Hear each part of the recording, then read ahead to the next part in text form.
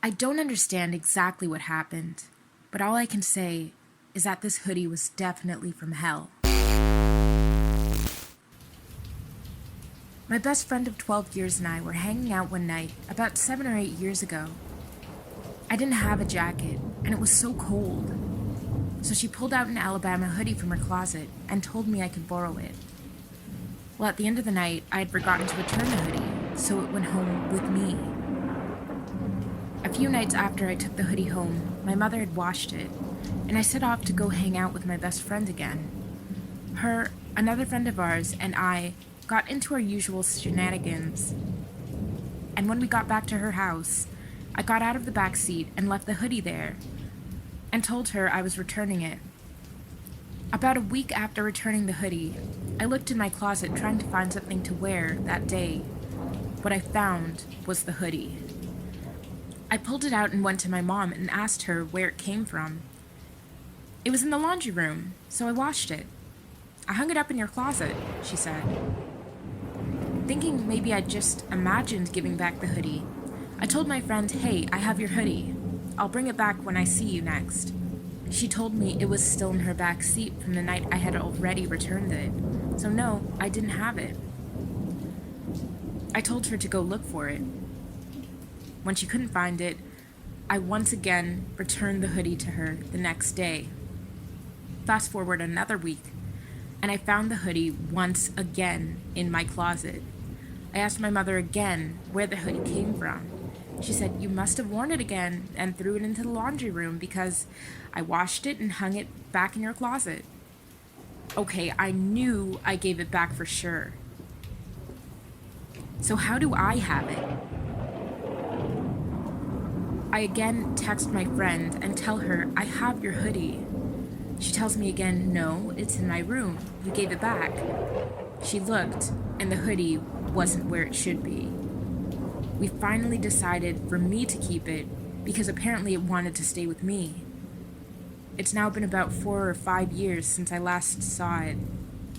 She hasn't looked for it, and she said if she found it at her house, when I knew that I was the one who ended up keeping it, we're burning it.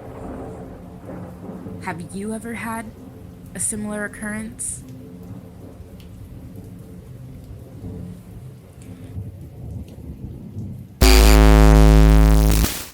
I've been in the wrong reality for about a week now, and I don't know how to get back. My friends aren't my friends. Well, they are, but we don't have the same memories as we did back in my reality. This all started when I was trying to astral project for the first time after hearing stories about my grandpa's astral travels. I remember waking up and seeing my body lying dead asleep. I remember getting so excited that I popped back into my body. Waking up the next morning, my dog was barking at me as if I was a stranger. I'd like to say that me and my dog have a deep connection. She knows when I'm about to cry or even when I'm stressed out. She's motherly in a way. In fact, since my mom died, it's been like my mother was living through our dog. So waking up that morning with a German Shepherd looking like she's about to eat me freaked me out. My dad had to come in the room and kick her out. In this reality, my mom is actually alive. I guess it's part of the reason why I've been here so long. I could have reached out for help days ago, but I didn't.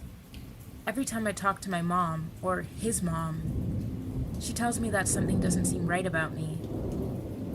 That's just incident number 1. There were more incidents at school. Back in my reality, I had a scholarship waiting for me to go to Florida State University, and in this reality, I'm flunking classes. I would never flunk a class because I got in trouble even if there was a C on my report card. Another thing is, my friends don't even know who each other are anymore, and my friend Alexis is the only one who believes me. The Alexis in this reality is gay, and as far as I knew, the one from my reality was not. Alexis is honestly the one who convinced me to finally tell my story, hoping someone would help me. What clarified that I'm in the wrong reality was me having a younger sister. My mom died before her, and my dad could even try for another baby. And you know what's funny?